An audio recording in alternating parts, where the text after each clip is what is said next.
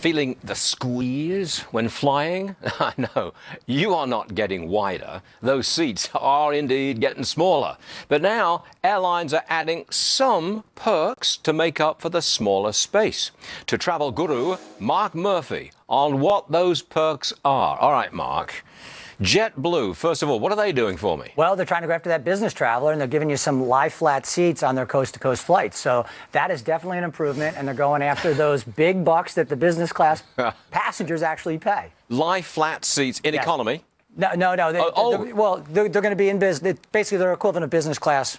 Back okay, all right. Coast to coast. Delta, what are they doing for me? In economy? They're giving you more room. So what they're giving you more room at a price. So everyone out there is giving you a little bit more room, but that's off the base fare. So you have to pay more for each little spot. And even some seats on the plane, a little bit more for this seat versus this seat.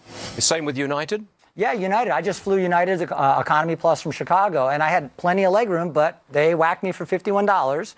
At the time, I was pre-check-in in order to seize that seat. So, Mark, I am being feed to death when I fly. Yeah. And our audience, they're very upset about this. I can tell from the feedback they're very, very upset. And I put it to you, the perks that you've suggested, lie flat seats and legs, that does not make up for the discomfort, the high prices, and the general inconvenience of flying these days. Yes, well, let me tell you, it is very inconvenient. On the other end is Spirit Airlines, where they have pre-reclined seats with 28 inches of space, which I could barely fit in, and they call it pre-recline because they don't recline.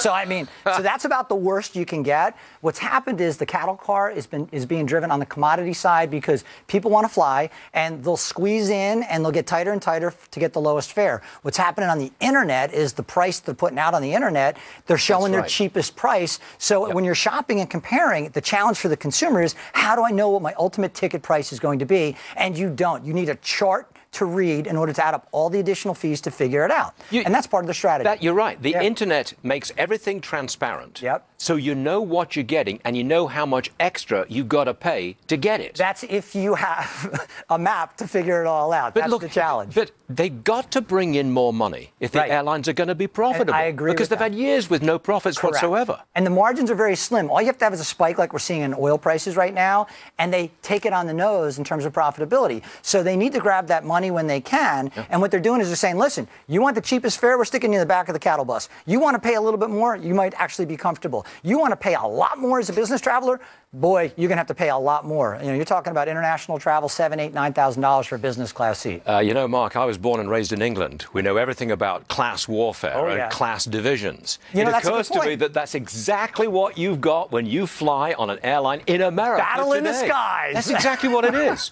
Are they not cramming more people into smaller seats to make way for more profitable business class and first class seats? Yeah, what they're doing is, I think it's targeting the extra room, and all of that is targeting the business travelers like me coming from Chicago today, where I'm very willing to pay that extra money to upgrade. This is a strategy to boost profitability, go after those business class guys that aren't going in the front of the plane right now because of the economy, but they don't want to go all the way in the back of the cattle car. They want to get somewhere in between, and that's what they're doing. It's an expensive bus service. Yes, it is. Yes, it is. Hey, Mark Murphy, thank you very much indeed for being with us. Thank you, sir. Appreciate it.